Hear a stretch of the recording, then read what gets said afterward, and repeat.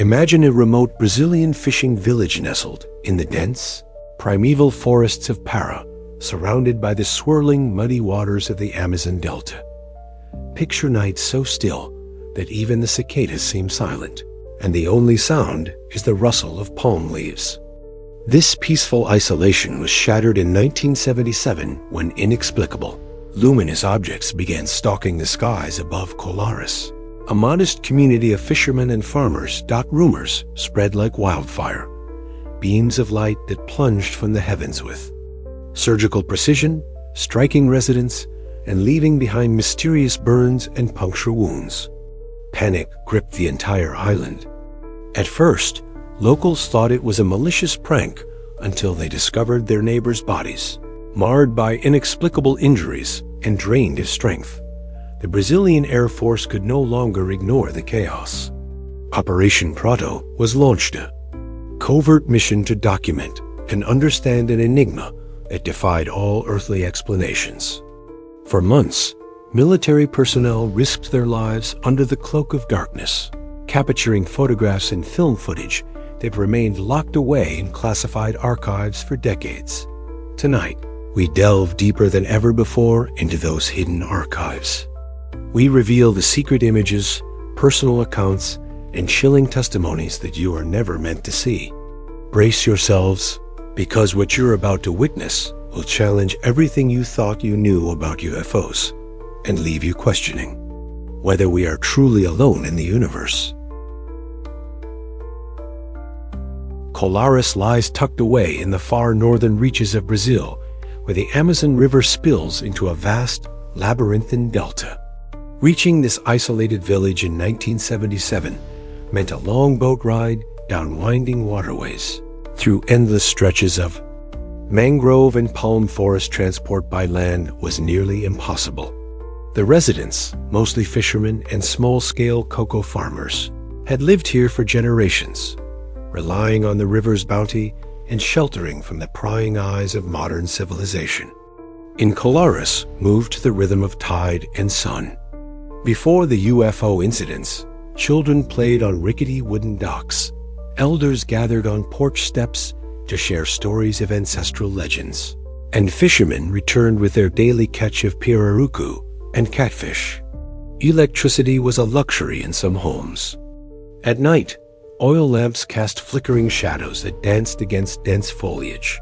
But in January of 1977, something unimaginable slithered into this fragile way of life. Reports emerged of glowing orbs, described variously as brilliant white, green, and even blood-red, hovering silently above the treetops. Some witnesses claimed the lights darted like living entities, as though hunting for prey. Within weeks, bizarre injuries began appearing on villagers, new terror replacing the comforting lullaby of the jungle. What made Colares uniquely vulnerable was its utter isolation. With no immediate access to major cities, no rapid medical care, and little communication infrastructure beyond a single radio station, the community was left defenseless. At night, families locked themselves indoors, terrified of the sky.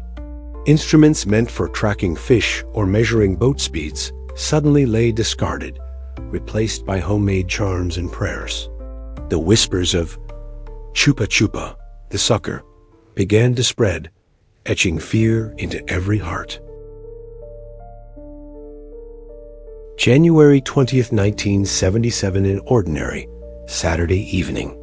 Maria Rodriguez, a 42-year-old fishmonger, looked up from her chores to see two glowing spheres hovering just above her rooftop. At first, she thought they were lanterns from a boat, but they moved in perfect unison, ascending and descending with a fluid grace no human-piloted craft could replicate. As the orbs approached her porch, she felt a sudden warmth on her arms, as if someone had held a torch inches from her skin. She slumped to the ground, paralyzed by fear only, to discover hours later that she bore small puncture wounds around her wrists and deep red burn marks on her forearms. Word spread rapidly. Jorge Silva, a local logger, reported being snatched from his bed by a beam of green light that pinned him to his mattress. His wife's screams summoned neighbors, but when they rushed into the darkness, Jorge lay unconscious, drained and ashen, his blood spattered across the wooden floor. Similar cases followed. The Wilson couple found purplish ring marks on their necks, as though encircled by a mechanical clamp. Young Lucia Mendez cried out that the lights were sucking the blood from my legs, although she showed no external wounds, just deep fatigue that lasted days. These nocturnal assaults devastated a village built on mutual trust and camaraderie. People who had known each other since childhood now woke with terror at every flicker of light in the trees. The local clinic, little more than a wooden shack, became overwhelmed. Dr. Antonio Vieira, the only physician within 200 miles, struggled to treat open burns and mysterious skin lesions that defied known medical explanation. He recorded dozens of cases, blisters that glowed faintly under ultraviolet light, small perforations resembling insect bites, and inexplicable low blood counts in dozens of victims. Superstitions flared. Some locals believed the lights were malevolent spirits come to harvest the soul. Others whispered of government experiments gone horribly wrong, but all agreed on one name: Chupa Chupa the Sucker. It was said that the lights feasted on life itself, draining strength, causing fever, and vanishing without a trace. Entire families fled their huts, sleeping in reinforced homes with tin roofs, hoping to escape whatever tracked the night sky dot. As the number of reported attacks climbed into the dozens, Colares was gripped by an unrelenting wave of terror. Children slept in their parents' beds with torches in hand. Elders hung talismans on doorways. Yet nothing seemed to ward off the lights. Something unseen, something alien, had turned a sanctuary into a playground of fear. By late February 1977, Colares' pleas for help reached Brasilia. The Ministry of Aeronautics convened an emergency meeting. They were accustomed to tracking rugged jungle smuggling, but nothing prepared them for a reported light entities, felling villagers like prey. Captain Urang Holanda, a seasoned pilot and intelligence officer with nearly 20 years in the Brazilian Air Force, was chosen to lead a clandestine team. Arriving in early March, the Operation Prato team was equipped with specialized cameras, infrared film, long exposure lenses, and high-speed cinematography gear.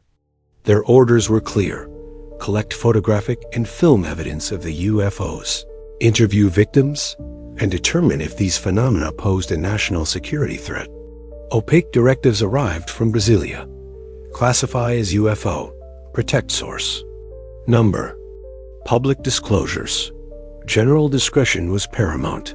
The team set up on the outskirts of Colares, commandeering an abandoned chapel as their base camp. They deployed sentries at strategic points: the docks, the clinic, and elevated platforms in the jungle canopy. Each night, patrols moved silently, armed with rifles, binoculars, and night vision scopes. Their cameras were mounted on tripods, pointed at areas of reported activity. On March 10th, Hollanda recorded his first direct observation. At precisely 3:17 a.m., he witnessed a large, disc-shaped object descending over the village. The craft emitted a cobalt blue glow that bathed nearby trees in an unearthly hue, then hovered motionless at treetop level. Using infrared film, the team captured multiple frames. These blurred but unmistakable images showed a smooth, metallic surface reflecting ambient light. Hollanda's log reads: object hovered 15 meters above ground. Emission of intense blue light. Beam of light projected downward toward trapped civilian. Observed pulsating movement along rim. Object then vanished within seconds. What truly unsettled the team was not just the craft's otherworldly appearance, but the chilling knowledge that these objects seemed to possess intelligence. Witnesses reported the lights reacting to human presence, diverting paths, pausing to observe, then striking when their target attempted flight. That same night, Private Goncalves, a young radio man, aimed his infrared camera at a distant clearing. As he peered through the viewfinder, he glimpsed a series of 3 small, orb-like lights flitting above the canopy. Goncalves pressed the shutter, capturing streaks of phosphorescent green arcs, evidence of movement faster than any known helicopter or drone of the time. The golden glow of the camera's viewfinder caught his puckered jaw before he fainted, collapsing to the ground, his voice echoing, "It's real." Operation Prato's presence quickly became known to the terrified villagers. At night, locals congregated near the base camp, hoping to glean information, but instead, many were questioned rigorously about their encounters. Some offered to guide military patrols to hotspots, describing paths where lights typically appeared. Through these interviews, the team compiled a database of nearly 200 individual witness statements, each echoing the same theme. The lights flew with purpose, and they ate life. As Operation Prato intensified, the villagers of Colares provided increasingly detailed accounts. 17-year-old Renata Santos described seeing a cluster of white orbs performing intricate maneuvers above her grandmother's field. She said, quote, "They swirled like a school of fish, then shot a beam that pinned me to the ground. I felt my blood chill. Within hours, she developed deep purple puncture marks on her thighs, 2 symmetrical circles, as though made by tiny brass rings." Medical examinations by Dr. Vieira revealed radiation levels around the wounds that exceeded any known natural source. Meanwhile, 45-year-old boatman Joaquin Quinn Ribeiro told of a close-quarter encounter. While navigating the Bay of Marajo, his boat was bathed in searing blue light. He lost consciousness and awoke to find his boat ablaze and his clothes scorched. Under questioning, Quinn's blood pressure was dangerously high, and he suffered acute dehydration despite having drunk ample water. Bruises on his back suggested he had been dragged, though no footprints or physical capture points were found on the boat dock. The documents from Operation Prato revealed that nearly 150 villagers reported injuries, consistent with electrical burns, deep punctures, and unexplained skin discoloration. Soldiers who participated described carrying physically weakened men from midnight field investigations, some with fainting spells, others with vertigo so severe they couldn't stand. But it wasn't just physical harm. Local spiritual leaders claimed the lights triggered horrifying nightmares, dreams of faceless entities reaching out with skeletal hands, pulling at the soul. At least 3 villagers were admitted to a mental health ward in Belém with acute psychosis after reporting hearing voices emanating from the sky. One woman, 29-year-old Amelia Costa, refused to leave her house for weeks, locked in her bedroom, convinced the lights are waiting for me. She spoke of hearing mechanical whispers in Portuguese pleas to come closer, give us life. Dr. Vieira's medical logs noted a disturbing trend.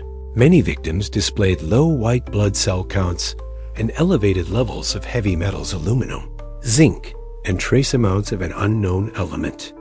Could these luminous entities have deposited these substances directly into human flesh? Blood samples were flown under strict secrecy to army laboratories in Brasilia, where forensic analysts struggled to explain the anomalies. Their reports, stamped Classified Operation Prato, describe foreign compounds never before seen in civilian clinics. As the medical and psychological toll mounted, the urgency of Operation Prato escalated. The Air Force allocated additional resources, night vision goggles, portable spectrometers, and mobile X-ray units, hoping to catch the Chupa Chupa in the act and understand its technology or biology. Despite the mounting evidence, it was the images that truly shook Operation Prato's investigators. On April 5, 1977, First Lieutenant Cesar Fernandez, snapped an image that would later be deemed one of the most controversial UFO photographs ever taken. Using infrared film, he captured a massive, disc-shaped craft hovering only 20 meters above the treetops. The craft's underside glowed with concentric rings of yellow-white light. Surrounding trees appeared scorched, and villagers were seen. Cowering in the clearing below, the raw, unedited photograph revealed only in 2008 shows a smooth, metallic object defying gravity, complete with an iridescent sheen that suggests a remarkably advanced surface composition. Radiometric analysis of the photograph indicated that the craft emitted electromagnetic radiation in a spectrum incompatible with any known human technology. But even more unsettling were the motion picture recordings. At 2:13 a.m.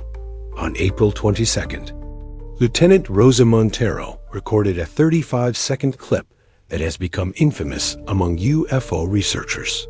In the footage, a pulsating orb approximately 2 meters in diameter hovers silently, then transitions rapidly into 3 smaller spheres that dart in perfect synchronization. One sphere emits a beam of bluish-white light toward 2 unarmed villagers, causing them to collapse as though struck by an invisible force. The spheres disappear in an instant, leaving only the frightened, trembling livestock behind. Operation Prato's intelligence chief, Major Francisco Ribeiro, later described the footage as indisputable evidence that we are faced with an external intelligence capable of technology far beyond our current understanding. In a secret report, he wrote, "The behavior of these lights demonstrates calculated intent. They isolate targets, apply unknown energy signatures, and withdraw without detection. This is not wildlife misperception. It is an orchestrated phenomenon." Among the trove of images seized by Operation Prato was a photograph of a metallic disc embedded in a muddy clearing, half-submerged. The faded print showed ground scorch marks radiating outward, as though the craft had come to rest for mere seconds before launching skyward. Analysis of soil samples from the site conducted later by a Brazilian geochemist revealed unnatural microetchings on the clay, suggesting the presence of exotic alloys. The operation also collected aerial reconnaissance photographs taken from small Cessna aircraft. These images, shot through infrared filters, show dozens of tiny points of light hovering in perfect formation over Colares, like a swarm of mechanical fireflies. In certain frames, beams of light appear to connect these points, forming intricate, geometric patterns in the sky, as if charting constellations. All told, Operation Prato amassed over 500 still photographs and more than 16 hours of film footage. Each frame offered a piece of the puzzle, yet the full picture remained frustratingly out of reach. To this day, these images are considered some of the most compelling UFO evidence ever captured, evidence that for decades sat locked away in classified military vaults. Despite mounting evidence, Operation Prato abruptly ended in December 1977. Officially, the mission was anchored on the grounds that further investigation was futile. There were no conclusive results, but whispers of a cover-up began to circulate almost immediately. A leaked memo from Colonel Roberto Campos suggests another reason. The phenomena observed exceed our ability to confront them. The containment of public alarm is paramount. In other words, the Brazilian government feared widespread panic if images and first-hand accounts reached the global stage. After the mission's termination, photographs and film reels were seized and locked away in the Air Force's archives. Members of the military team were sworn to secrecy. Many had their service records scrubbed of references to Operation Prato. Captain Hollanda vanished from public life, reassigned to remote outposts until his abrupt withdrawal from service in 1985. Lieutenant Montero retired, haunted by what she called the unblinking gaze of the lights. Over the next 3 decades, Only select documents trickled into the public realm through FOIA requests, determined ufologists, and a handful of sympathetic whistleblowers. Even those partial releases were heavily redacted, erasing flight logs, witness names, and critical TIMESTAMPS docked in 2004. A trove of files codenamed Projeto Apollo surfaced in the Brazilian National Archives. Among them, 250 photographs, 12 hours of raw film reels, and 1,100 pages of testimonies. But once more, most images were blurred or pixelated beyond recognition, and entire pages of witness accounts were blacked out, replaced by scrawled notes. Sensitive material withheld. Ufologists who studied these declassified fragments noticed glaring inconsistencies. 2 photographs were almost identical, yet had wildly different timestamps, leading to speculation that someone tampered with the evidence. Analysis of the paper stock used in certain reports suggested they were backdated, possibly to conceal the real timeline. Captain Hollanda's 1997 interview with ufologist Ademar Gaver only fueled speculation. During that televised session, Hollanda spoke with quiet intensity. "I have seen things that cannot be denied. These images exist, and they are kept from you by those who fear what you might do." Days later, Hollanda was found dead in his residence, his cause of death officially ruled a heart attack. Although neighbors said they heard strange humming sounds emanating from his home the night before. Even today, conspiracy theories run rampant. Was Hollanda silenced? Or films destroyed? Are there still images so horrifying the government refuses to reveal them? One former Air Force technician, speaking under condition of anonymity, claimed to have removed a hidden roll of film unmarked and shattered only to blackness, that instructed to forget everything. Meanwhile, villagers in Colares tell a different tale. Many recall being paid small sums to remain silent, their accounts scoffed at by anyone outside the Amazon.